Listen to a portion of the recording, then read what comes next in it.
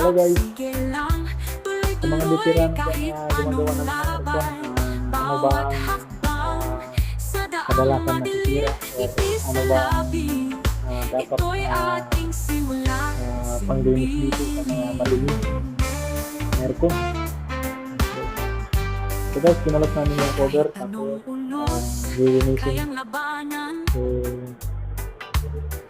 Sira ng tubig saka sabunan or merong suka na panglinis yan, suka lilinis yan para malinis yan. So maraming din. So tinanggal muna namin yung cover guys, tapos meron pang isa doon sa lilinisin bago patuyuin so malinis. Saka meron pang isa dito guys, lilinisin pa rin yan, saka wawasingan. Tatanggalin yung cover tapos lilinisin para matanggal yung dumi.